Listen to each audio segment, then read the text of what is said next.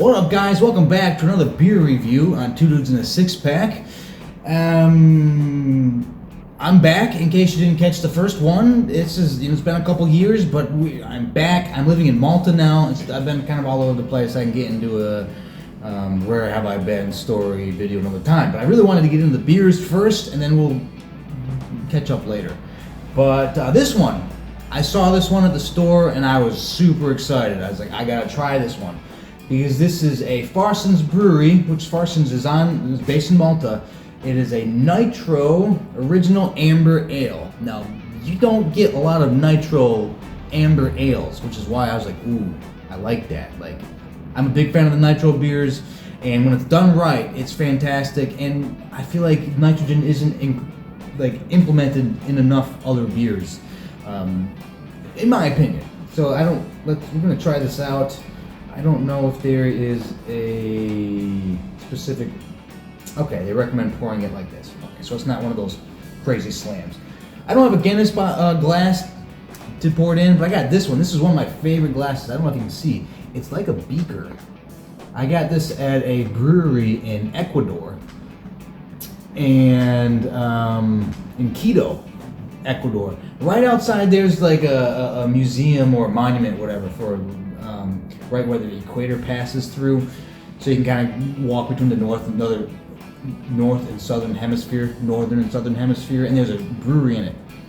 Fantastic, one of the best breweries I've been in a long time, and surprisingly, and they had some. I know this is off topic, but some amazing ceviche. Now I know Peru is all about the ceviche, but this was like Peruvian ceviche meets Thai food. So you had that fresh. Peru with the hint of lime, but you had a bit of that that peanut sauce from Thailand on it. It was mind blowing. Anyways, that's where I got this glass. The Santana Brewing Company. So if you're ever in Ecuador, go check them out. But yeah, all right, we're going to make a giant mess.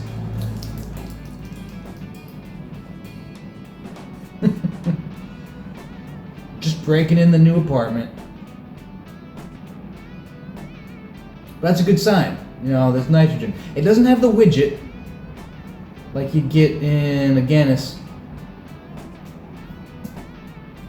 But I mean, I can't. No, I don't think it's a widget. I made a mess. But I mean, look at that. That's nice. Alright, I'm gonna put this. Got these fancy coasters at a brewery. I'm not at a brewery, but I was in Iceland and I got these coasters. They're made out of lava. I thought they were cool. Way overpriced, but then everything in Iceland is overpriced. I think that's probably the most expensive place I've ever been to, and that includes Switzerland and Singapore. But all right. That there. This might take a while. Maybe this wasn't the best glass for this, but the beaker allows you to see this beautiful science project going on. Anyways, let's give you the full name. This is Blue Label Nitro, smooth and creamy, original amber lager. Now, the last beer I did was a Cisk Lager. They're both done by the same people. There's really only one real large brewery on Malta. I mean, it's a small island. You could walk diagonally across the island in like half a day. So, yeah. And I think there might be one or two small craft places to kind of go around. I'll explore and I'll report back later. But yeah, this is Farsons Classic Brew since 1928. Blah blah blah blah blah. Let's see if there's any other information. It is 4.7% ABV. And please do not shake the can before opening. I don't know if I shook it or not. But we have cleanup. Cleanup. Growing up, I grew up in a college town. And there's, college town always has like just seedy college dive bars, whatever. And one of my friends had this saying of clean up aisle ricks, which basically meant if you were out at all the different bars and you didn't find somebody to go home with, before closing time at 2 a.m., you went to Rick's because that's where just all the travesty of humanity goes. So it'd be clean up an aisle Rick's. So that was just saying. You just go and sometimes you can't be too choosy. So for some reason that cleanup thing, I don't know. I'm just rambling now, but trying to give this beer a little more time. But anyways, let's just try to get in the review and get into the smell.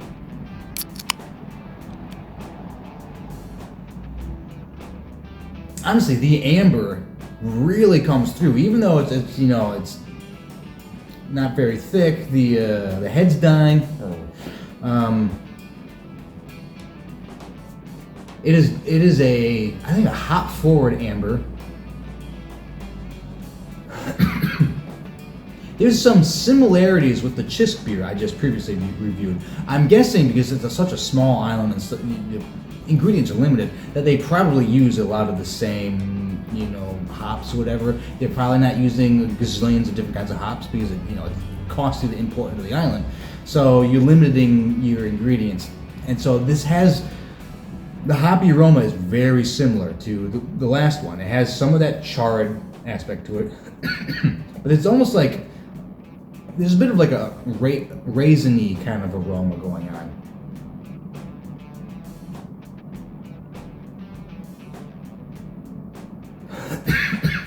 Tickle, I don't know what's going on. But yeah, so you got a little bit of kind of dried raisins. You got that charred aroma going on.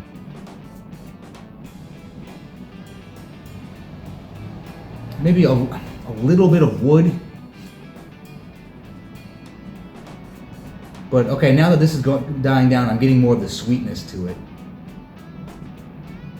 Almost more of the, okay, so like a raisiny cherry aspect and then like charred wood going on. So I think it's interesting enough, and so I'm gonna recommend it on taste. On smell. Let's get into the taste.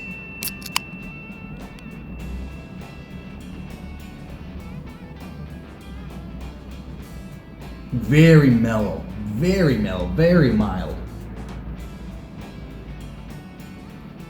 I think this beer is easier to drink than the flagship Cisk Lager. The nitrogen makes this very easy to drink. It has that, the Guinness creamy head to it. But this is easier to drink than Guinness because if you don't have the coffee kind of chocolatey stuff going on. This is just like kind of like a creamy, charred cherry going on.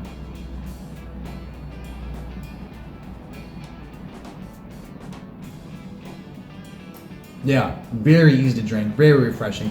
You get a bit of the hops on the back end, but very subdued. The char is coming from the hops, which is, again, hits in the back end of your throat, but minimal.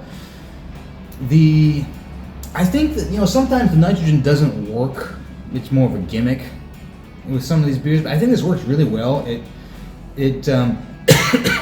Some ambers can be a little scratchy in the tongue a bit. They almost start to lean into Oktoberfest kind of aspects to it. But not this. This is creamy. Oh man, a nitrogen Oktoberfest. I want that now. But really easy to drink. Big fan. I am going to recommend this on taste. Alright, price. Value for price. This was, it's a larger beer. And I did not spend €2 on it. I think it was like €1.60, which would be a shade under $2. So, maybe $1.90. I think that's a fine price to, experiment with something like this. So, well worth it.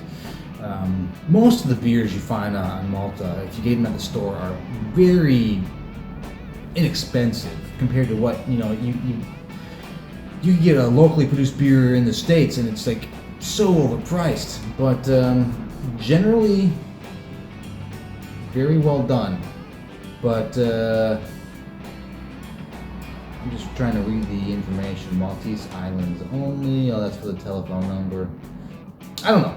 Farsons.com if you want to learn more about the beer. But yeah, value for price, absolutely. I think it's fantastic. and well worth experimenting.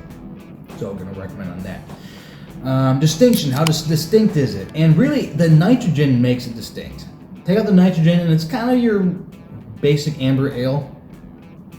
Fine, well done. There's nothing really special about it. I think they're not really they're not getting crazy with the ingredients or anything. Again, on the island, I think they're kind of limited to what they can use. But the nitrogen works well with this, and that is what separates it from pretty much any other amber ale you can have, unless you can find, you might find one in the UK that has some nitrogen in it. I mean, this is a former, British colony, so it's definitely distinct from the majority of your amber ales. And drinkability, absolutely. This is one of the most drinkable amber ales I've probably ever had. It's smooth. The nitrogen really makes it easy to drink. Even though it has a higher ABV than the regular lager, I think this is easier to drink. It's smoother. Even without the nitrogen, I think it's smoother. It just, everything blends really, really well. I think this is my new favorite beer on the island. But yeah, drinkability, absolutely. So thumbs up. Last category is would I buy it again, and absolutely, I'm going to buy it again. This is going to be my go-to beer on the island when I pop into these different pubs. You didn't watch my last one.